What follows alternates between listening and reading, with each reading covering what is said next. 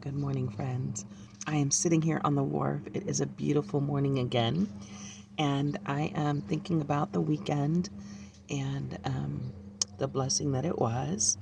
And I was thinking about the beauty of, I was thinking about my mom, how my mom was a lover. I was thinking about my grandma and how my grandma was a lover in different ways, how we all express love in different ways.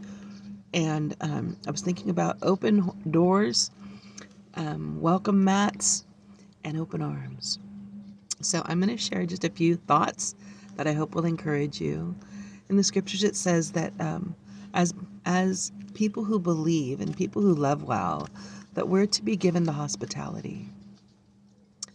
And we're in a day and age where what used to be a norm is very, very much um, scarcely scattered and quickly fading. So I think about even where I'm at here in the Monterey Bay and the culture that my grandparents grew up as opposed to me. That when they came, they were a family of immigrants that had come from the old country. And coming from Italy, they both came. We're the second generation. So we're still living. I say I'm living on the shoulders of a giant, honestly. My grandfather worked long and hard, and they were hard workers and responsible. They were lovers, and they were wise in their own right with what they did have. Um, and so, in some ways, he's still providing for us who followed after him, even in his little bit. And I always think about how the scripture says they had a little bit, but with much love. And my mom was like that. My mom was a single mother, a single parent of 3 kids in a time where that was a very difficult thing.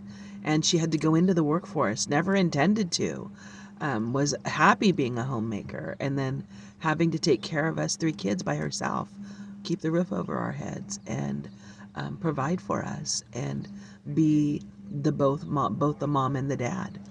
And so, and then not only that, like my mom in her actions was constantly showing she loved. And even as she got older, the decisions she made marked out love, a life of lived out in love that we still look to. I think my brother and I both have been marked by certain things that our grandparents and our parents have done.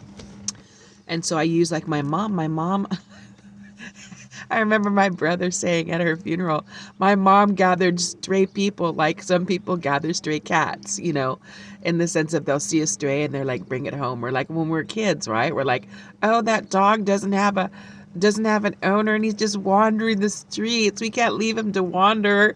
So we go chase him down and leash him up or, pick him up and carry him home and make him our own because we loved animals and we didn't want anyone to be without a loving home. And my mom was like that. When people were in distress, when people were struggling, she had an open door policy in that way. We had so many people sleep on our floors, sleep on our couches, and it's something that stuck with me. And I've been surrounded by lovers um, from the time I kind of came into my own. And I've lived in homes where I'll give you a quick story. Of course, my roommates thought I was nuts for a moment. But I went to the flea market one day, and while I was at the flea market, I ran into 2 ladies who had come from Africa with a hope and a prayer, literally, and a promise that when they got here, they would be set up and they would be able to establish businesses here, which they had businesses in the market over in Africa, and they were doing well in Africa, in the standard of Siaya or in the standard of Nairobi, right? Um, but they came here. Someone had promised them great things. They got here, and they were literally trying to put them into modern day slavery, and literally took their abilities once they got here, stripped them down, and sent them off to the flea market. And they were afraid. They were afraid for their lives. They were afraid for their livelihood because they came out hoping they would be able to help their families. And so it was just a really time of distress. And I met them at the flea market. And so we talked and talked, and literally we went home that day together. We packed up all their stuff. They never went back to the place that they were in. They both started new lives that day. and we brought them into our homes. They stayed with us for like 30 days. We got them some resources, got them some help, got them some connections, and little by little, they worked their way to establishing new lives. And we became that bridge by being given to hospitality and friendship and being kind to the stranger. That there is that God has set into place a loving community to be represented in the world that's broken. And so, if you're His, if you're marked by love, then you operate in love and you live in love. So anyway, I say that because one of my friends that came this weekend um, over, she just said, Adrienne, I don't know how you do it. Like your door is always open and you're working full time and you do so much. How I get tired just watching you. And she's like, I see your videos. And she's like, when do you even get time to make those? So I was just sharing with her the wisdom that God gives, the energy that God gives, the hope. And I said, oh no, honey, believe you me, I get my chill time. There's not a sunset I don't miss. I don't miss sunsets.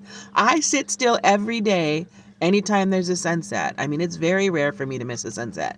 So in the midst of all my busyness and all the things that I do it with an ease because I do take time. I take time for what I need. I take time to restore myself so I have something to give to others. And I also don't have a lot of need in the sense of I can be a listening ear because I've been speaking for what, 22 years? I mean, I've been teaching in the classrooms. I've been on forums where I've been ministering to ladies from 20 to 10 to 15 to 30 to 50 to 100. And so I don't have anything I need to say. If I feel like I have something to say, that's different. If I feel like I have something helpful to say, that's different. And when I'm around my friends, I'm just going to be me. So I'm a chatty, right?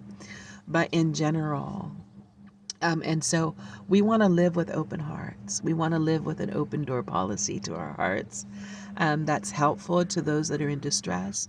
That helpful to those who are new in the neighborhood, so to speak, and to those who need the listening ear, need the open arms to just receive a hug, to just be received, to just have a place to lay their head, to just catch their breath, whatever the case may be. So I hope that we'll be that to the world around us. That's my encouragement. It's my celebration, and it's the mark of love. So with those thoughts, have a great and glorious, love-filled, and victorious day, friends. Bye for now. Oh, look at my fun ring. Isn't that fun? It's acrylic. So I'm going to start doing acrylics because I found non-toxic. What? Some of you that know I love the craftsy, artsy stuff, I've been looking for something like this. So I'm excited to see what's going to come out of it. I have good things to share with you too. I'll hopefully over the next couple of days get to share some things with my poetry and with the book that just my niece's little book. I've been wanting to read it and haven't had a chance. So this message is already way too long. Sorry. Have a great day. Bye for now.